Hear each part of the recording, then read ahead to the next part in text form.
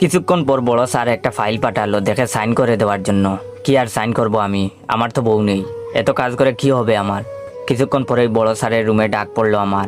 তখন স্যার বললেন, জয় সাহেব ভালো আছেন?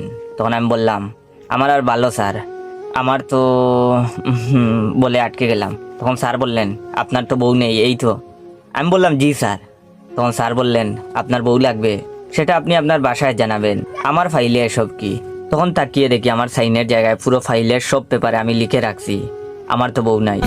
তখন স্যার বললেন, আপনাকে আমি বরখাস্ত করব। আমি বললাম, জি স্যার করেন, আমার তো বউ নেই যে আমি চাকরি করা লাগবে।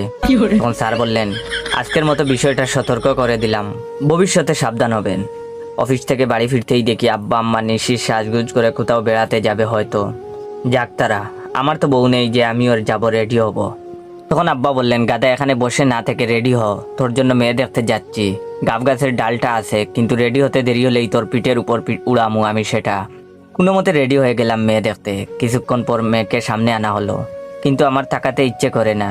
কি লাভ অন্য কারো মেয়ে দেখার, এই মেয়ে তো আমার বউ না। আমার তো বউ নেই যে তার দিকে তাকিয়ে থাকবো। রাতে বাসায় ফেরার পর আম্মা আব্বা আমাকে জিজ্ঞেস করলো মেয়ে আমার পছন্দ হয়েছে কিনা। তখন আমি বললাম, কি লাভ আমার পছন্দ দিয়া, আমার তো বউ নেই। তখন আম্মা বললেন, জয়ের বাপ, এই পুলা তো মনে হয় পাগল হইয়া গেছে। তখন আব্বা বললেন, গাদা, মেয়ে আমাদের পছন্দ হয়েছে, আমরা বিয়ের আলাপ করতে চাই।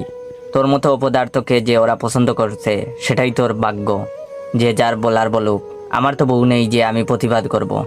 অতঃপর আমাদের বিয়ে হয়ে গেল। বাসর ঘরে ঢুকেই বিছানায় গিয়ে বসতেই সাদিয়া আমাকে সালাম করলো। তখন আমি বললাম, যাও শুয়ে পড়ো, বসে আছো কেন এখনো? আরে এই রুমে কেন তুমি? তখন সাদিয়া বলল, এই রুমে কেন মানে? কোথায় থাকবো আমি তাহলে? আপনার সাথে কে থাকবে? তখন আমি সিগারেটের আগুন জ্বালিয়ে ডুয়ার রিং ছেড়ে উদাস হয়ে বললাম, তুমি নিশির সাথে গিয়ে ঘুমাও, আমার তো বউ নেই যে আমার সাথে এক বিছানায় ঘুমাবে। তখন সাদিয়া রাগ করে রুম থেকে বের হয়ে গেল। যাক, আমার তো বউ নেই যে তার রাগ ভাঙাবো। কিছুক্ষণ পরেই আব্বা এসে হাজির গাব গাছের ডাল নিয়ে। টানা 2.5 ঘন্টা পর আমার জ্ঞান ফিরে। তখন আব্বা বললেন, আরো 2টা ডাল রেডি করে রেখেছি, এখন আবার কেলানি খাবি, তুই মরলেও কিছু হবে না, তোর কেউ নেই। কেলানি খেয়ে এখন আমার মনে পড়ছে আমার তো বউ আছে। তখন আমি আব্বাকে বললাম, না আব্বা, আমার তো বউ আছে। তখন আব্বা বললেন, হুশ হয়েছে তাহলে? বৌমা, এই 2টা ডাল এখানে রেখে গেলাম, আবার গোলমাল করলে আমাকে ডেকো না, দেখছো তো কি ঔষধ দিয়েছি, তুমিও দ্বিধা করবে না ওষুধ দিতে। আব্বা আম্মা চলে যাওয়ার পর সাদিয়া আমার পাশে এসে বসে।